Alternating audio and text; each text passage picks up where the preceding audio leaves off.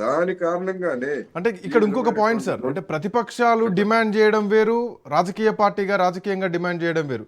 But ఒక రైతు ఉద్యమానికి తలొగ్గడం వేరు, ఒక యువత ఉద్యమానికి తలొగ్గడం వేరు. సో ఈరోజు యువత మొత్తం రాజకీయాల్ని శాసించే స్థాయికి వచ్చింది. మనం చూడొచ్చు తమిళనాడు లాంటి రాష్ట్రాల్లో ఎగ్జాంపుల్స్ మనం చూడొచ్చు. రేపు పొద్దున ధర్మేంద్ర ప్రధాన్ రాజీనామా చేసినా, లేదంటే వీటికి ఒక చట్టరూపం తీసుకొచ్చినా కానీ సో యువత ప్రామాణికంగానే రాజకీయాలు జరుగుతాయి కాబట్టి రేపు పొద్దున భారతీయ జనతా పార్టీకి అది ఎఫెక్ట్ అయ్యేటువంటి అవకాశం ఉండొచ్చా? ఖచ్చితంగా. ఎందుకంటే స్వయంకృతం. ఇప్పుడు ధర్మేంద్ర ప్రధాన్ అయినా, లేకపోతే నేను చెప్పినటువంటి రౌడీ చట్టాలైనా, లేదా డీలిమిటేషన్ తో కలిపి మహిళా బిల్లు పెట్టినా, వాళ్ళకి తెలియదా మరి? ఎంతో అనుభవం ఉంది మాకు, మేము రాజకీయ చాణక్యులం అని చెప్పుకుంటారు. పార్లమెంట్ లో డీలిమిటేషన్ బిల్లుకి అవసరమైనటువంటి రాజ్యాంగ సవరణకి అవసరమైనటువంటి సంఖ్యలో మరి కేంద్ర ప్రభుత్వానికి లేదా ఎన్డీఏ కూటమికి లేదా తెలుసు కదా. అవును. తెలిసి కూడా ఎందుకు అంత నాటకం ఆడారు? అందుకని ఇవన్నీ కూడా స్వయంకృతం. ఇప్పుడు ప్రతి అంశాన్ని కూడా నేను స్వయంకృతంగానే చూస్తున్నా. స్వయంకృతం అంటే ఏంటి? వాళ్ళు తెచ్చిపెట్టుకున్నదే. ఇప్పుడు మహిళా రిజర్వేషన్ ఉంది, అందరూ ఆమోదించారు. అందరూ ఆమోదించిన తర్వాత అప్పుడు ఏం చెప్పారు? ఇప్పటికిప్పుడు కాదు, జనాభా లెక్కల తర్వాత, అవన్నీ వచ్చిన తర్వాత అని చెప్పిన వాళ్ళు వాళ్లే. మళ్ళా ఆ జనాభా లెక్కలు ఎప్పుడుకో వస్తాయి, అందుకని పాత జనాభా లెక్కల ప్రకారమే మేము చేస్తామని చెప్పేసి మళ్ళా మాట మార్చింది వాళ్ళు. అంటే బీజేపీ తన రాజకీయ ప్రయోజనాలకు ఏది అనుకూలం అని తోలిస్తే అదే చేస్తా ఉంది.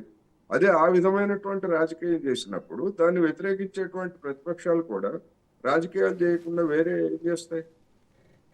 అందుకని అవును. స్వయంకృతం అది. అది ఇది ఇది ఒక ఎన్డీఏ సర్కారు లేదా మోడీ సర్కారు అనే కాదు, ఏ ప్రభుత్వం అయినా గతంలో కాంగ్రెస్ ప్రభుత్వం కూడా అనుసరించినటువంటి వైఖరులు ఇలాంటివే. ఏ ప్రభుత్వం అయినా కానీ అధికారంలోకి రాకముందు చెప్పే మాటలు ఒకటి, అధికారానికి వచ్చిన తర్వాత చేసేటువంటి చర్యలు ఒకటి అనేటువంటిది మనకి, దానిలో బీజేపీ లేదా నరేంద్ర మోడీ గారు దీనికి మినహాయింపు కాదు అనేటువంటిది ఇప్పటికే రుజువైంది. సార్ ఇంకా అంటే ఒకవేళ ఈ డిమాండ్ గనక తలొగ్గితే కాక్రోచ్ జనతా పార్టీ పెట్టిందికి అంటే నీటి తర్వాత తీసుకున్నటువంటి అంశాలు వేరు, కాక్రోచ్ జనతా పార్టీ అనౌన్స్మెంట్ చేసినప్పుడు వాళ్ళు ఒక మేనిఫెస్టోను కూడా విడుదల చేయడం జరిగింది. చాలా అంశాలు దాంట్లో పొందుపరచడం జరిగింది.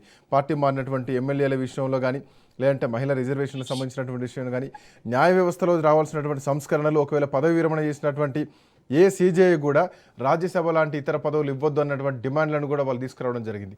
సో ఒకవేళ ఈ డిమాండ్కు తలొగ్గితే కనుక సీజేపీ గెలుస్తుంది, భారత యువత గెలుస్తుంది, గెలిచింది అన్నటువంటి ఆ స్లోగన్ని దేశవ్యాప్తంగా తీసుకెళ్తారు. సో రేపటి రోజున మిగతా అంశాలపైన కూడా సీజేపీ ఖచ్చితంగా ఈ అంశాలని బలంగా తీసుకుపోయేటువంటి అవకాశం ఉంటుంది కదా.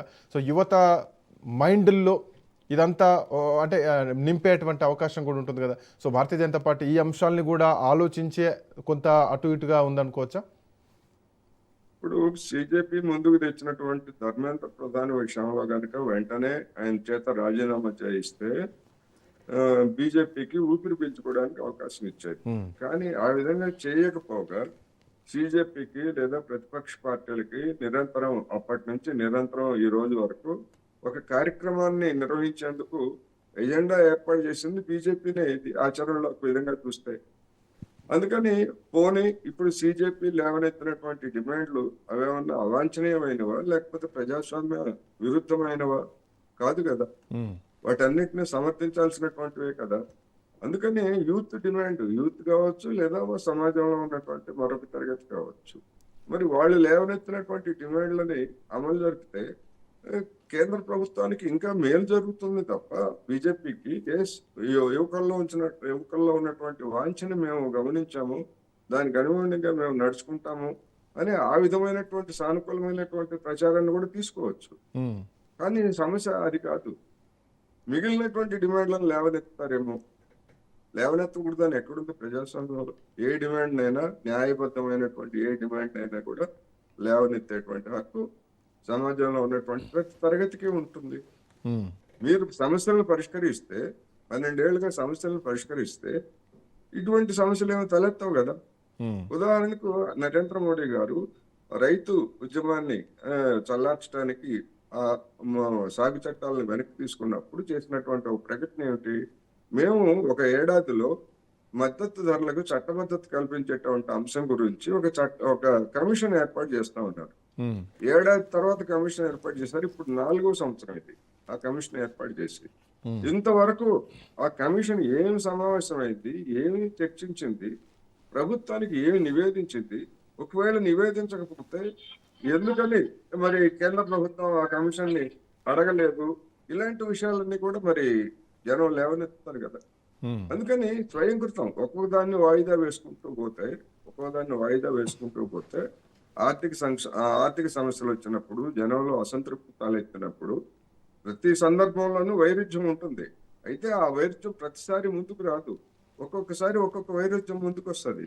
ఇప్పుడు సిజేపీ లేవనెత్తినటువంటి ధర్మేంద్ర ప్రధాన్ మరి గతంలో కూడా డిమాండ్ చేశారు కదా ప్రతిపక్షాలు. గతంలో ఆ, ఈ పేపర్ లీక్ అయినప్పుడు అప్పుడు ఇంతగా రాలేదే. అందుకని దాన్ని అధికారంలో ఉన్నటువంటి వాళ్ళు గుర్తించడం ద్వారా నివారించాలి. ఆ సార్ ఇక్కడ కూడా నివారించలేదు కనుక ఇప్పుడు ఇక్కడ కూడా ప్రభుత్వం అంటే మరీ చర్చలకు రావట్లేదు తప్ప వాళ్ళ మీద దాడులు కానీ లేదంటే వాళ్ళను ఇబ్బందులు పెట్టడాలు కానీ ఇలాంటివి చేయట్లేదు. ఎందుకంటే ఈ సీజేపీలో ఉన్న వాళ్ళంతా కూడా రాజకీయ చైతన్యం ఉన్నవాళ్ళు, రాజ్యాంగం మీద అవగాహన ఉన్నవాళ్ళు, సో విద్యార్థులు, యువత, ఎడ్యుకేటెడ్ ఎక్కువగా కనిపిస్తున్నారు. సో ప్రభుత్వం కూడా చర్చలకు మాత్రమే రావట్లేదు తప్ప వాళ్ళను అణిచివేయాలన్న ధోరణి మాత్రం ఇప్పటికీ కనిపించట్లేదు. ఎందుకంటే మనకు నేపాల్ లాంటి సంఘటనలు కళ్ళ ముందు ఉన్నాయి, మరి ఆ స్థాయిలో మాత్రం కనిపించట్లేదు కొంతమంది విమర్శించినా కానీ. బట్ ఇక్కడ మాత్రం యువత కొంత చైతన్యంతో, రాజకీయ అవగాహనతో ఉన్నది స్పష్టంగా కనిపిస్తోంది కదా. మీరు చెప్పినట్టుగా ఆ రెండో పార్టీ చేయకపోవడం మంచిదే, చేయకూడదు. point. కానీ ఆ చర్చలకు కూడా రాలేదు కదా. అవును. చర్చలు అనేటువంటి డెమోక్రసీలో చర్చలు, పార్లమెంట్ సమావేశాలు కానీ, అసెంబ్లీ సమావేశాలు కానీ పశ్చిమ దేశాల్లో ఎన్ని రోజులు జరుగుతాయో మనకు తెలిసిందే కదా. మన పార్లమెంట్లు, మన అసెంబ్లీలు ఎన్ని రోజులు జరుగుతున్నాయి. చర్చలు, డెమోక్రటిక్ ప్రాసెస్, ప్రభుత్వంలో ఉన్నటువంటి వాళ్ళు అది అంటే పార్లమెంట్ లో ఉన్నటువంటి వాళ్ళు కానీ లేకపోతే లేని వాళ్ళతో కానీ ఎందుకని ఒక డెమోక్రటిక్ ప్రాసెస్ ని ఎందుకని ప్రారంభించరు? అది రాష్ట్ర ప్రభుత్వమైనా కేంద్ర ప్రభుత్వమైనా. మరి ఇన్ని రోజుల నుంచి చర్చ ఇది ఒక దేశవ్యాప్తంగా మీడియాలో వస్తూ ఉంటే ఎందుకని కేంద్ర ప్రభుత్వం చర్చలకు తెర తీయలేదు? ఇది సమస్య.